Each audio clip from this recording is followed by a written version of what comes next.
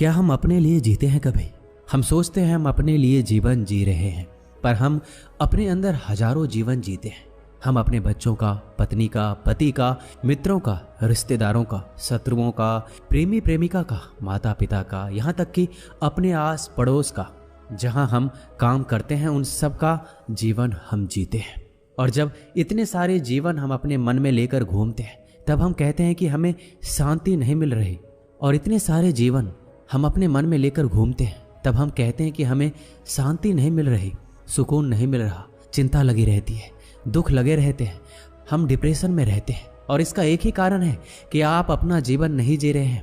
आपने पता नहीं किन किन का जीवन अपने सर पर उठा रखा है। जिस दिन आप अकेले होने का साहस जुटा लेंगे और अपने जीवन को जिएंगे, तब आप कहेंगे बड़ी शांति है, बहुत सुकून है, हर तरफ आनंद और सुख है। धरती पर चलने का भी सुख है, भोजन करने और भूखे रहने का भी सुख है, किसी की मदद करने में भी सुख है, किसी से मिलने में भी आनंद है और किसी से बिछड़ने में भी आनंद है। पर यह सब तब होता है जब आप अकेले हो जाते हैं। कभी आपने अपने जीवन को देखा है? वह जीवन नहीं है, वह जिम्मेदारियों का एक बोझ है। जबकि जो अकेला है उसकी तो जिम्मेदारी उठाने में भी आनंद है, वह खुश है उस जिम्मेदारी में। पर क्या आप हैं? जब भी आप पर कोई जिम्मेदारी पड़ती है, आप दुख में, चिंता में, डिप्रेशन में आ जाते हैं। जानवरों की तरह सब मरते हैं और सब जीते हैं। पर थोड़े बहुत भी जागृत है, वो समझते हैं कि जिनके पास समझ है, अंतिम समय में उन्हें समझ आ जाता है कि उन्होंने जीवन जिया ही नहीं बल्कि गवा दिया है। आप अपने जीवन को मत गवाना। जब मरो तो खुशी के साथ कि मैंने कुछ जीवन से जाना, पाया, अनुभव किया। अब कुछ नहीं रहा, अब तो मौत को भी जान लेते हैं, समझ लेते हैं, देख लेते हैं। जैसे ही एक दूल्हा या दुल्हन अपने दुल्हन या दूल्हे के इंतजार में रहता है, आपका इंतजार भी वैसा ही होना चाहिए। ना कि ऐसे जैसे किसी व्यक्ति को जल्लाद फांसी पर लटकाने ले जा रहा हो और वह चीख रहा हो, चिल्ला रहा हो कि अभी तो ये रह गया, अभी तो वह नहीं आया, अभी तो कुछ हुआ ही नहीं, छोड़ दो, बचा लो। एक शिष्य ने अपने गुरु से पूछा, गुरुदेव, इस दुनिया में सबसे बड़ा साहस, वीरता या बहादुरी किस कार्य में है? ऐसा क्या है जिसे करके कहा जा सके कि इस व्यक्ति ने दुनिया का सबसे साहसपूर्ण कार्य किया है? गुरु हंसे और उन्होंने कहा, दुनिया का सबसे साहसपूर्ण कार्य एक ऐसा कार्य है जो बहुत ही साधारण सा है और हर कोई करना चाहता है, पर किसी से होता नहीं है। अगर कोई उसे कर सके तो उससे साहसी इस दुनिया में कोई भी नहीं है।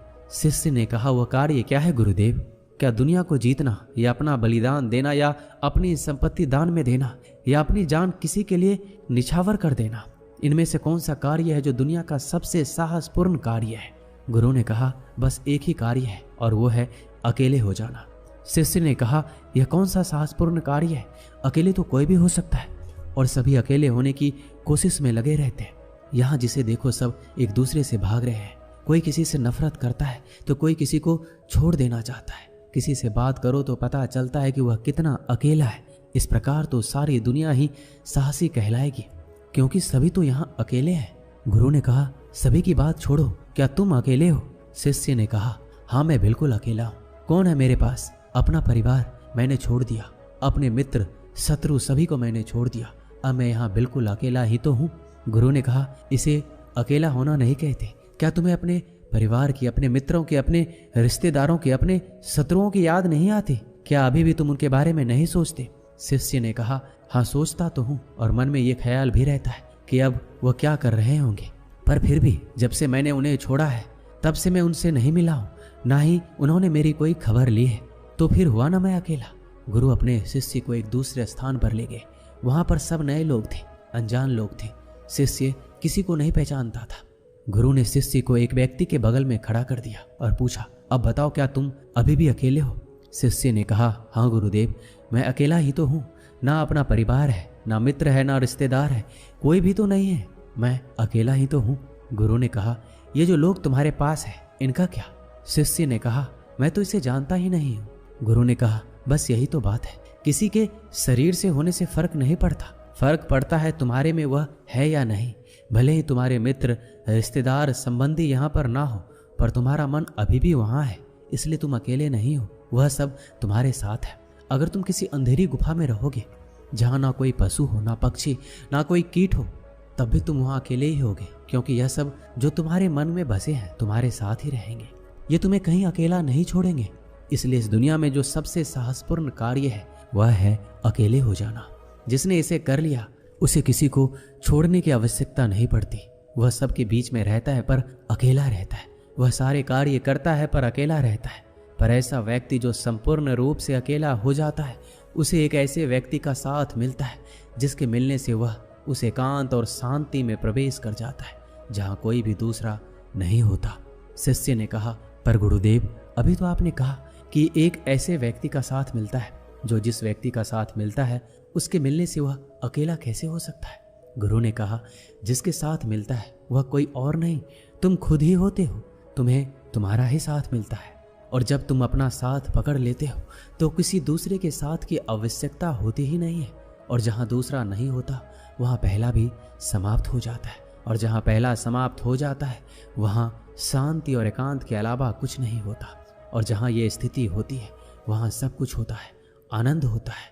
शिष्य को गुरु की बात बहुत अच्छी लगी और उसने तुरंत निर्णय लिया कि वह अकेला होकर ही रहेगा। इसके लिए उसने गुरु से आज्ञा ली और वह एक लंबी यात्रा पर निकल गया जब तक कि वह अकेला नहीं हो जाता। बहुत लंबी यात्रा करने के बाद, अलग अलग गुरुओं से मिलने के बाद 3 वर्ष बाद वह संपूर्ण रूप से अकेला हो गया।